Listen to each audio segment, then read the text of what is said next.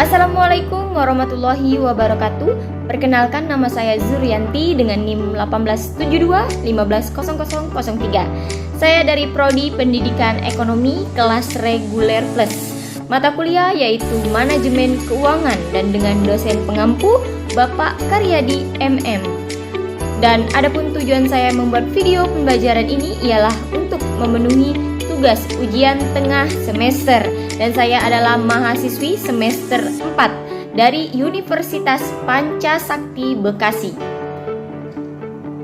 Berikutnya yaitu pembahasan materi tentang manajemen keuangan. Manajemen keuangan secara umum adalah langkah untuk melakukan pengelolaan terhadap sejumlah dana yang dimiliki oleh suatu perusahaan.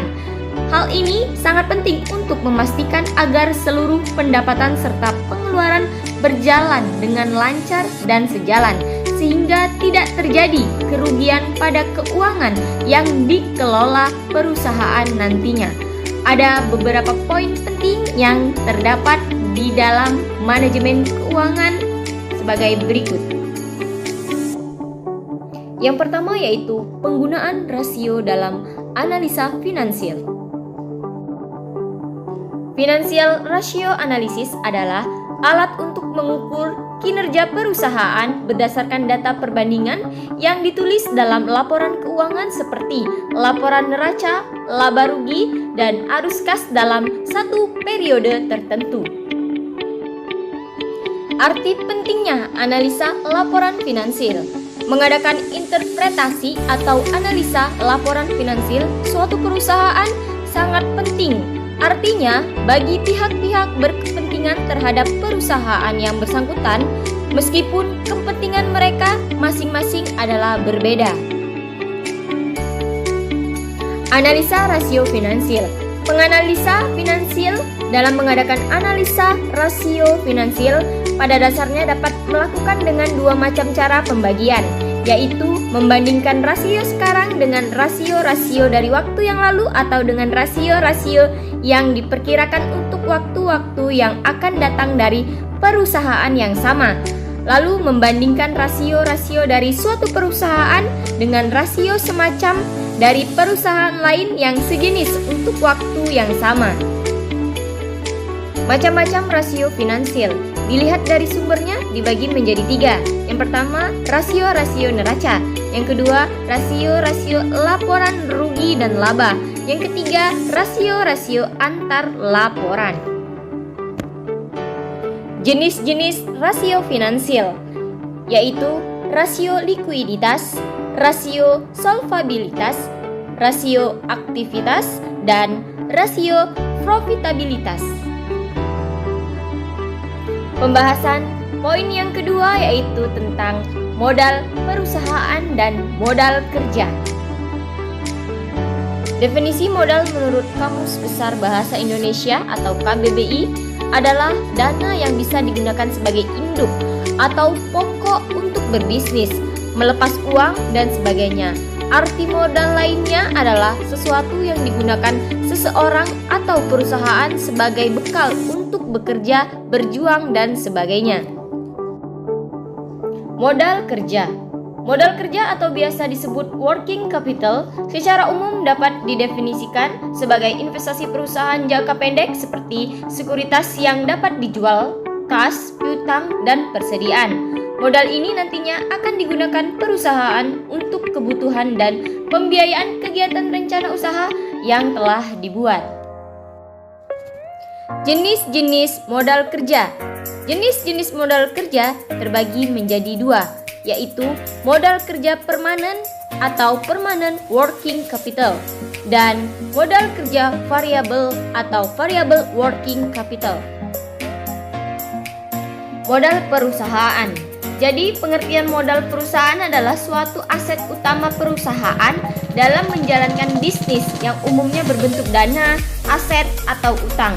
Dengan begitu, maka proses produksi hingga pemasaran perusahaan bisa berjalan dengan lancar. Jenis-jenis modal perusahaan. Jenis modal berdasarkan sumber. Yang pertama yaitu modal internal, yang kedua yaitu modal eksternal. Kemudian jenis modal berdasarkan pemiliknya.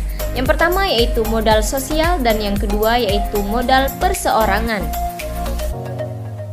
Lalu jenis modal berdasarkan wujudnya. Yang pertama modal abstrak atau modal pasif, yang kedua modal konkret atau modal aktif. Dan modal berdasarkan sifatnya, yaitu modal tetap dan modal lancar. Manfaat modal untuk perusahaan. Yang pertama membayar sewa tempat, yang kedua penyediaan bahan produksi, yang ketiga gaji pekerja, dan yang terakhir yaitu sebagai simpanan.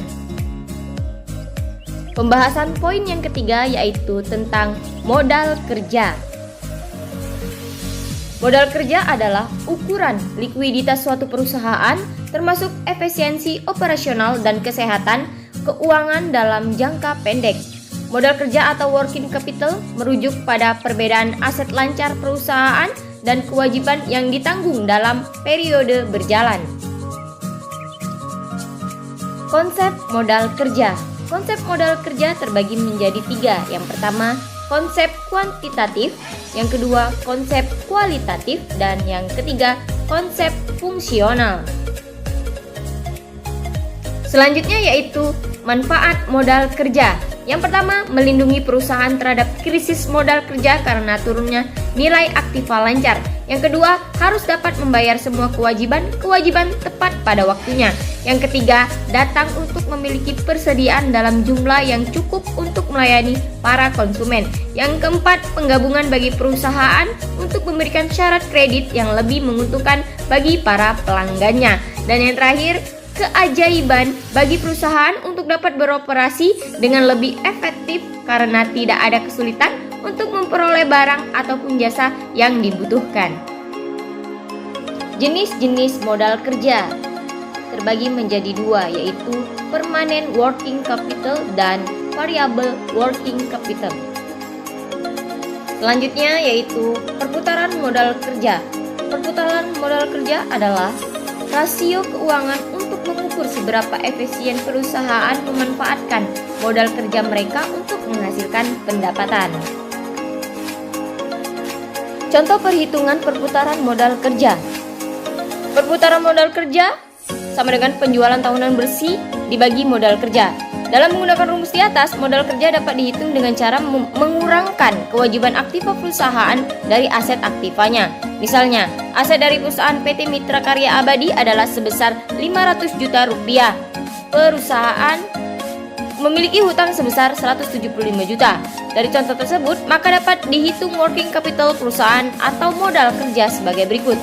Modal kerja sama dengan current assets dikurang current liabilities, sama dengan 500 juta dikurang 175 juta sama dengan 325 juta. Jadi modal kerja PT Mitra Karya Abadi diketahui sebesar 325 juta rupiah. Selanjutnya dapat dihitung rasio modal kerja sebagai berikut.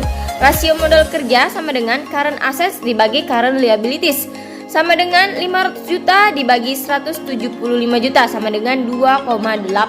Sehingga rasio modal kerja yang diperoleh oleh PT Mitra Karya Abadi adalah 2,8. Poin yang keempat yaitu sumber-sumber penawaran modal dan jenis modal. Sumber-sumber penawaran modal menurut asalnya. Ada beberapa sumber penawaran modal yang umumnya digunakan oleh perusahaan atau organisasi berdasarkan asalnya, antara lain yaitu modal sendiri, modal asing, lalu modal ventura, dan dana pensiun. Adapun sumber penawaran modal menurut cara terjadinya. Berikut adalah sumber penawaran modal berdasarkan cara terjadinya, yaitu yang pertama penawaran umum, yang kedua private placement, yang ketiga pinjaman bank, dan yang keempat yaitu modal ventura. Selanjutnya, pasar modal. Pasar modal merupakan salah satu bagian dari pasar keuangan yang memfasilitasi perdagangan surat berharga seperti saham, obligasi, dan instrumen pasar uang lainnya yang dijual belikan kepada para investor. Pasar modal dibagi menjadi dua jenis, yaitu pasar primer dan pasar sekunder. Pasar modal memiliki peran penting dalam perekonomian suatu negara. Dalam pasar modal, harga surat berharga ditentukan oleh permintaan dan penawaran dari investor. Semakin besar permintaan terhadap suatu surat berharga, maka harga surat berharga tersebut akan cenderung naik. Sebaliknya, jika penawaran melebihi permintaan, maka harga surat berharga tersebut akan cenderung turun. Poin yang kelima yaitu biaya penggunaan modal atau cost of capital. Biaya modal merupakan beban yang harus dibayar atau dikeluarkan oleh perusahaan ketika menggunakan modal untuk kegiatan investasi. Modal tersebut biasanya terdiri dari utang, saham biasa, saham preferred, dan laba ditahan. Untuk memperoleh modal, Anda harus membayar biaya seperti pembayaran bunga, pembayaran dividen, dan pembayaran angsuran pokok. Umumnya, dana tersebut digunakan untuk membiayai pengadaan aset atau operasional suatu perusahaan. Manfaat cost of capital yaitu membantu investor dalam membuat keputusan, lalu merencanakan penganggaran modal, dan merancang struktur modal yang ideal bagi perusahaan, kemudian mengevaluasi kinerja proyek tertentu. Mengapa biaya modal penting? Karena ini membantu investor menilai pilihan mereka, dan juga ini membantu keputusan penganggaran modal karena bisnis harus memutuskan apakah suatu proyek bermanfaat sebelum memulai, dan sangat penting bagi bisnis untuk merancang struktur modal yang ideal dari perusahaan mereka, dan juga ini dapat digunakan untuk mengevaluasi kinerja proyek tertentu dibandingkan dengan biaya modal cost. Bagaimana cara menghitung biaya modal? Yang pertama, temukan biaya hutang. Rumusnya yaitu biaya hutang sama dengan total utang dibagi beban bunga dikali 1 dikurang T. Lalu yang kedua, temukan biaya ekuitas. Rumusnya CAPM atau biaya ekuitas sama dengan RF ditambah dalam kurung RM dikurang RF.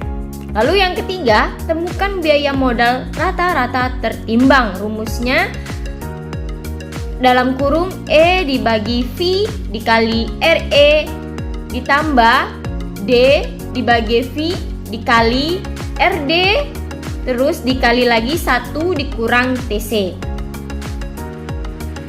Poin yang terakhir yaitu analisa laporan keuangan.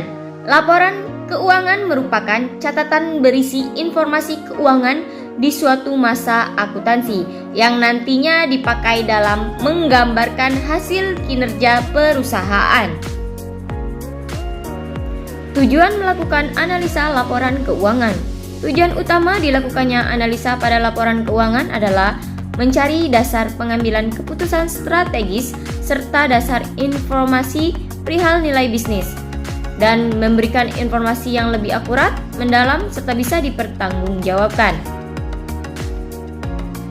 Jenis-jenis laporan keuangan yang dapat dianalisa, yang pertama neraca, lalu yang kedua laporan laba rugi, yang ketiga laporan perubahan posisi keuangan atau arus kas, dan laporan perubahan modal.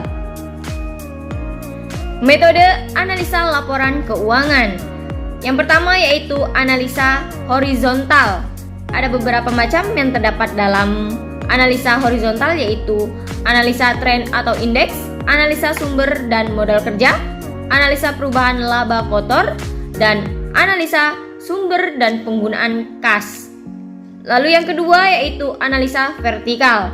Ada beberapa macam yang terdapat dalam analisa vertikal, yaitu analisa common size, analisa break even, analisa rasio keuangan, dan teknik analisa pertumbuhan. Lalu yang ketiga yaitu analisa industri. Prosedur dalam melakukan analisa laporan keuangan. Yang pertama, memahami latar belakang data perusahaan. Yang kedua, memahami situasi yang mempengaruhi perusahaan. Yang ketiga, mempelajari laporan dengan menyeluruh. Dan yang keempat, menganalisis laporan keuangan. Sekian pembahasan materi dari saya. Apabila ada kata yang salah, saya mohon maaf. Pada Allah saya mohon ampun. Saya akhiri. Wassalamualaikum warahmatullahi wabarakatuh.